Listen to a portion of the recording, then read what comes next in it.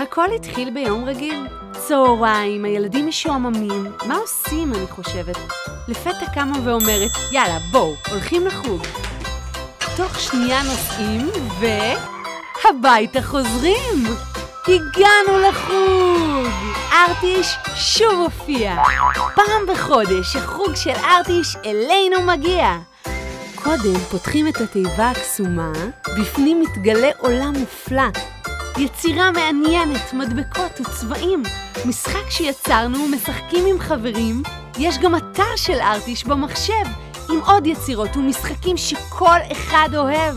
ואפילו סיפור שאבא מקריא לפני השינה. איזה חוג מעולה, ממש כיף. להתראות ארטיש, תבוא בעוד חודש שוב לקייף. ארטיש, חוג יצירה ומשחק שמגיע בכל חודש אליכם הביתה בתיבה קסומה. לרישום למינוי ללא התחייבות, תלפנו או היכנסו לאתר.